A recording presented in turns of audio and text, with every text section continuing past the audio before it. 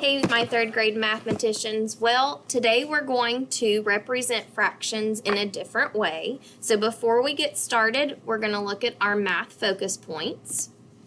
So today we're going to represent fractions on a number line.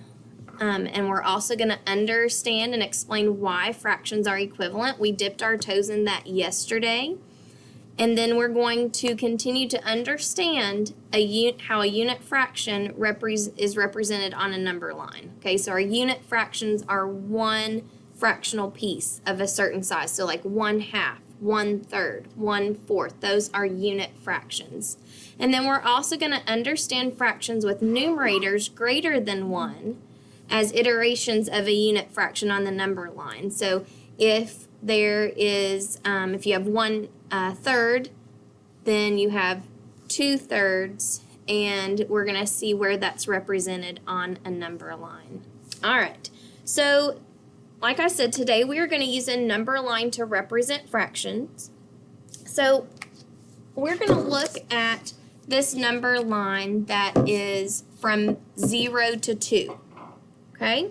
So let's say that these are city blocks, and one block is from 0 to 1, and another block is from 1 to 2. So I like to think about those fraction tiles, even though I know this is a different size whole, that this would be one block and then a second block, okay? All right, so we're going to go back to our thinking. Remember when we studied perimeter and we had the ant that traveled around the outside of a piece of paper? We're going to think about this ant traveling now on a number line. So the ant goes the first round for these blocks. The ant is going to travel 1/2 a block at a time, stopping and resting after each half block. So we're going to take this first block, this first hole, if you will, 0 to 1, and we are going to mark where the ant stopped, okay? So if I'm thinking of this as a hole, and I can even draw maybe a whole block there, kind of thinking of those fraction tiles, okay? And if the ant traveled 1/2, where do you think that we would mark where he stopped? So if he's walking from 0 to 1, where would we mark where the ant stopped? Well, if I'm thinking of 1/2 and I think of my fraction tile or a brownie or what other representations we have used, I'm thinking it would be right here, would be 1/2. So on the number line, 1/2 would come right in the middle of 0 and 1. So the ant would stop here. Okay? All right, so the ant started traveling a little bit more and stopped at the next half. So where would the ant stop now? Well, the ant is stopped at 1, but how could we represent in halves how far the ant traveled? You're right, 2 halves. So he traveled to 1/2, then 2 halves, the same size or the same distance, okay? Now, if he started at 0, how could we represent 0 in halves? Well, you kind of just said that. I have 0 halves. The ant hadn't traveled yet, okay?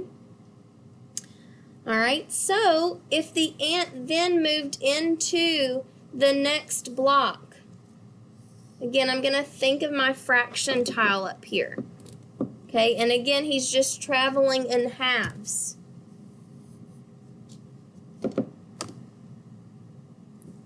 So if I think of this hole, thinking of another brownie, I would put my next marker right in the middle of 1 and 2.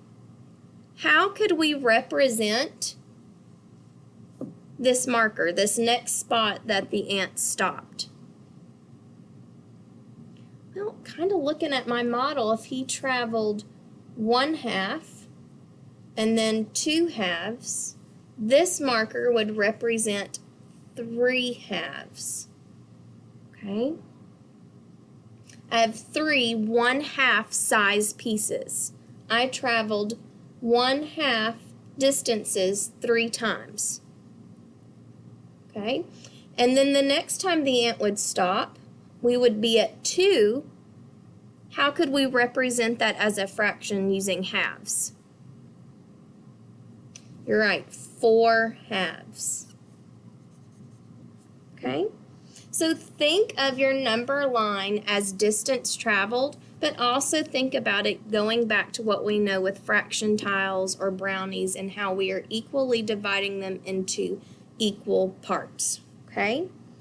All right, so let's move on, and we are going to look at another ant, and this time the ant is going to travel in thirds. Okay, so this ant can't travel as far as the ant up here, and they are going to travel in thirds. Okay, all right, so we're thinking about, again, I like to think about the fraction tile or my whole from 0 to 1. Okay, about where would the ant stop the first time after he started traveling, if he's traveling in thirds?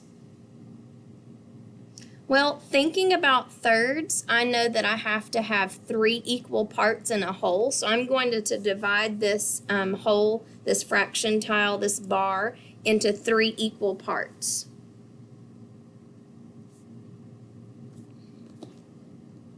Okay, so the first time the ant stopped would be about right here, and I would label that 1/3.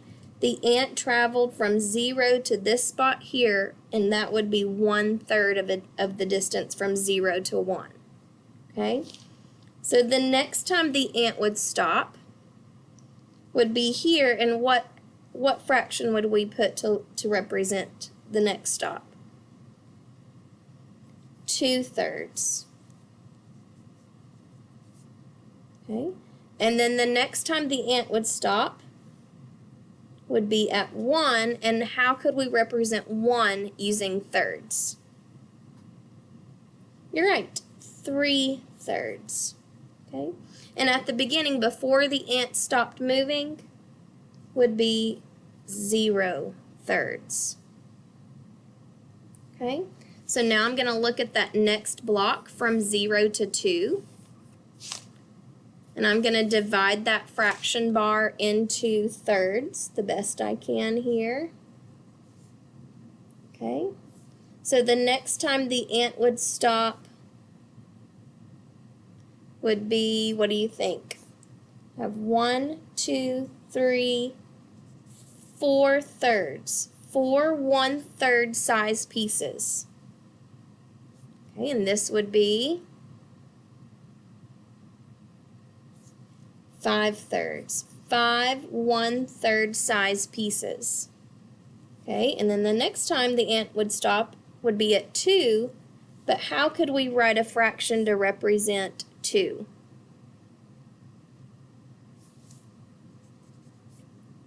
You're right, 6/3. As we continue working on the number line and in fractions, you're going to start seeing relationships between the numerator and denominators. Okay, so you may already have noticed some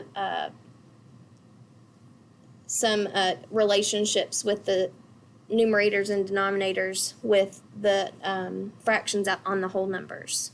Okay, all right, so that is going to be on page 256. Okay, so you're going to continue to look at halves and thirds on your own on 256. Then on page 257, you are going to look on, I'm sorry, let me back up. On 256, you are going to look at halves, fourths, and eighths. Okay, And on page 257, you're going to look at thirds and sixths. That's where you're going to see a lot of the relationships, okay? All right, so thinking along the same lines of what we did with halves and thirds, you're going to continue on page 256 using your halves to help you with your fourths and then your eighths. And then using our representation of thirds on page 257 to label sixths, okay? All right, so when we come back, we're going to talk about equivalent fractions on a number line. And until then, know that you are doing a great job, and we will check back with fractions on the number line in the next video.